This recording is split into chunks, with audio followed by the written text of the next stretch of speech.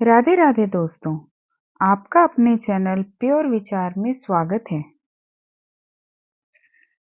सोमवार सृष्टि के संचालक भगवान शिव का दिन है। कहते हैं सोमवार के दिन उपवास करने से भगवान शिव प्रसन्न होते हैं। इस दिन शिव की पूजा अर्चना से मनोवांछित फल की प्राप्ति होती है। इस दिन भगवान शिव को उनकी प्रिय चीजें अर्पित करना बहुत ही शुभ माना जाता है। महादेव को बिल्व पत्र, धतूरा, भांग, रुद्राक्ष और चंदन अर्पित करें। साथ ही दूध से शिवलिंग का अभिषेक करें और इसके बाद सोमवार के व्रत का संकल्प लें। तो चलिए शुरू करते हैं सोमवार की व्रत कथा। कथा शुरू करने से पहले वीडियो को लाइक करें, शेयर करें, चैनल को सब्सक्राइब करें और बेल आइकन जरूर दबाएं, जिससे कि आपको हमारी नई वीडियोस की नोटिफिकेशन मिलती रहे। चलिए शुरू करते हैं श्री सोमवार व्रत कथा। हर हर महादेव, जय भोले शंकर। एक नगर में एक बहुत धनवान साहूकार रहता था, जिसके घर में धन की कमी नहीं थी। परंतु उसको एक बहुत बड़ा दुख था कि उसके कोई पुत्र नहीं था। वह इसी चिंता में दिन रात लगा रहता था। वह पुत्र की कामना के लिए प्रत्येक सोमवार को शिवजी का व्रत और पूजन किया करता था तथा सायंकाल को शिव मंदिर में जाकर के शिवजी के सामने दीपक जलाया करता था। उसके इस भक्ति भाव को देखकर एक समय श्री पार्वती जी ने शिवजी महाराज से कहा कि महाराज, एक साहूकार आपका अनन्य भक्त है और सदैव आपका व्रत और पूजन बड़ी श्रद्धा से करता है। इसकी मनोकामना पूर्ण करनी चाहिए। शिवजी ने कहा, हे पार्वती, यह संसार कर्म क्षेत्र है। जैसे किसान खेत में जैसा बीज बोता है वैसा ही फल काटता है, उसी तरह इस संसार में जो जैसा कर्म करता है वैसा ही फल भोगता है। पार्वती जी ने अत्यंत आग्रह से कहा, महाराज, जब यह आपका अनन्य भक्त है और इसको अगर किसी प्रकार का दुख है तो उसको अवश्य दूर करना चाहिए, क्योंकि आप सदैव अपने भक्तों पर दयालु होते हैं और उनके दुखों को दूर करते हैं। यदि आप ऐसा नहीं करेंगे तो मनुष्य आपकी सेवा तथा व्रत क्यों करेंगे? पार्वती जी का ऐसा आग्रह देख शिवजी महाराज कहने लगे, हे पार्वती, इसके कोई पुत्र नहीं है। इसी चिंता में यह अति दुखी रहता है। इसके भाग्य में पुत्र ना होने पर भी मैं इसको पुत्र प्राप्ति का वर देता हूँ, परंतु यह पुत्र केवल 12 वर्ष तक जीवित रहेगा। इसके पश्चात वह मृत्यु को प्राप्त हो जाएगा। इससे अधिक मैं और कुछ इसके लिए नहीं कर सकता। यह सब बातें साहूकार सुन रहा था। इससे उसको न कुछ प्रसन्नता हुई और न ही कुछ दुख हुआ।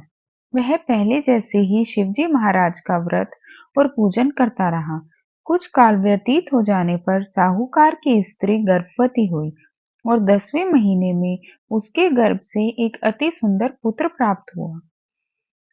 साहूकार के घर में बहुत खुशी मनाई गई, परंतु साहूकार ने उसकी केवल 12 वर्ष की आयु जानकर अधिक प्रसन्नता नहीं की और ना ही किसी को भेद बताया। जब वह बालक 11 वर्ष का हो गया तो उस बालक की माता ने उसके पिता से विवाह आदि के लिए कहा। तो वह साहूकार कहने लगा कि अभी मैं इसका विवाह नहीं करूंगा, अपने पुत्र को काशी जी पढ़ने के लिए भेजूंगा।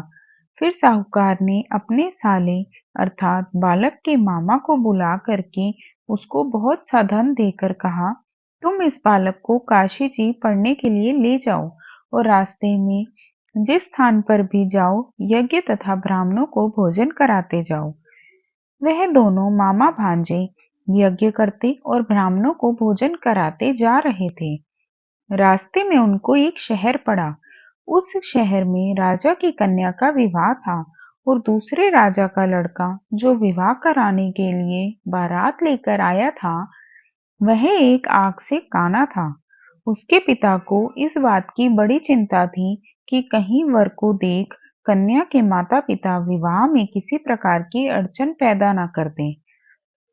इस कारण जब उसने एक अति सुंदर सेठ के लड़के को देखा तो मन में विचार किया कि क्यों ना दरवाजे के समय इस लड़के से वर का काम चलाया जाए। ऐसा विचार कर वर के पिता ने उस लड़के और मामा से बात की तो वे राजी हो गए। फिर उस लड़के को वर के कपड़े पहना तथा घोड़ी पर चढ़ा दरवाजे पर ले गए और सब कार्य प्रसन्नता से पूर्ण हो गया। फिर वर के पिता ने सोचा कि यदि विवाह कार्य भी इसी लड़के से करा लिया जाए तो क्या बुराई है। ऐसा विचार कर लड़के और उसके मामा से कहा, यदि आप फेरों का और कन्यादान के काम को भी करा दें तो आपकी बड़ी कृपा होगी और मैं इसके बदले में आपको बहुत कुछ धन दूंगा। तो उन्होंने स्वीकार कर लिया और विवाह कार्य भी बहुत अच्छी तरह से संपन्न हो गया।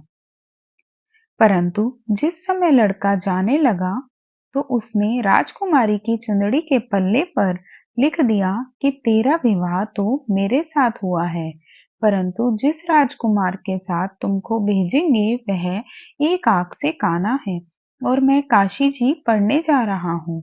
लड़के के जाने के पश्चात उस राजकुमारी ने जब अपनी चुंदड़ी पर ऐसा लिखा हुआ पाया तो उसने राजकुमार के साथ जाने से मना कर दिया और कहा कि यह मेरा पति नहीं है, मेरा विवाह इसके साथ नहीं हुआ है, वह तो काशी जी पढ़ने गया है। राजकुमारी के माता पिता ने अपनी कन्या को विदा नहीं किया और बारात वापस चली गई। उधर सेठ का लड़का और उसका मामा काशी जी पहुंच गए। वहां जाकर उन्होंने यज्ञ करना और लड़के ने पढ़ना शुरू कर दिया। जब लड़के की आयु 12 साल की हो गई, उस दिन उन्होंने यज्ञ रचा रखा था कि लड़के ने अपने मामा से कहा, मामा जी, आज मेरी तबीयत कुछ ठीक नहीं है। मामा ने कहा, अंदर जाकर सो जाओ। लड़का अंदर जाकर सो गया और थोड़ी देर में उसके प्राण निकल गए। जब उसके मामा ने आकर देखा तो वह मुर्दा पड़ा है तो उसको बड़ा दुख हुआ और उसने सोचा कि अगर मैं अभी रोना पीटना मचा दूंगा तो यज्ञ का कार्य अधूरा रह जाएगा। अतः उसने जल्दी से यज्ञ का कार्य समाप्त कर ब्राह्मणों के जाने के बाद रोना पीटना आरंभ कर दिया। संयोगवश उसी समय शिव पार्वती जी उधर से जा रहे थे। जब उन्होंने जोर-जोर से रोने की आवाज सुनी तो पार्वती जी कहने लगी, महाराज, कोई दुखिया रो रहा है, इसके कष्ट को दूर कीजिए।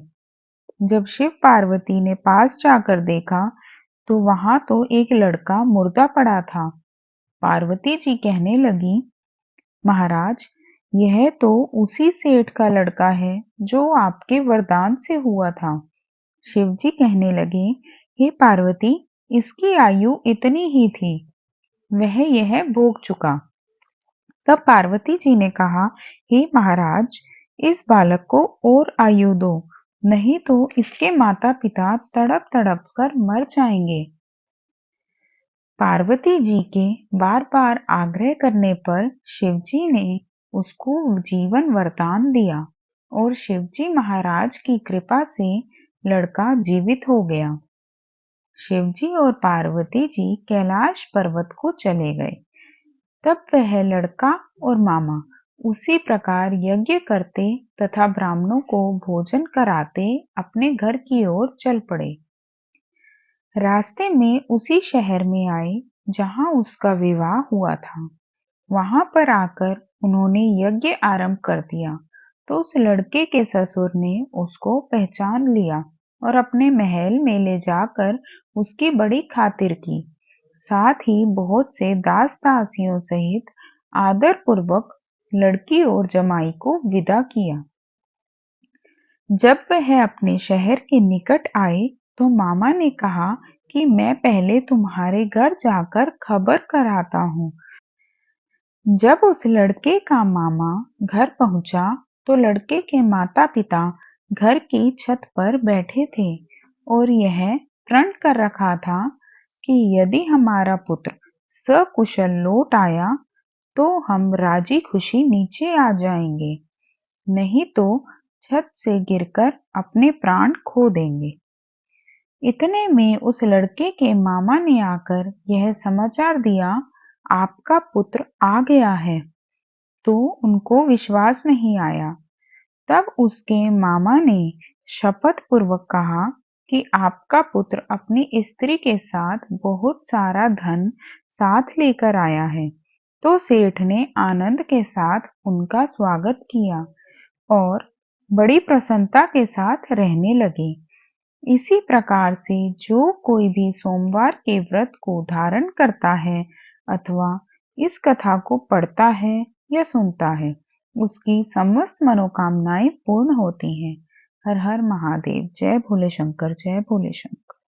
वीडियो पसंद आए तो वीडियो को लाइक करें, कमेंट करें, शेयर करें और चैनल को सब्सक्राइब करना ना भूलें। धन्यवाद।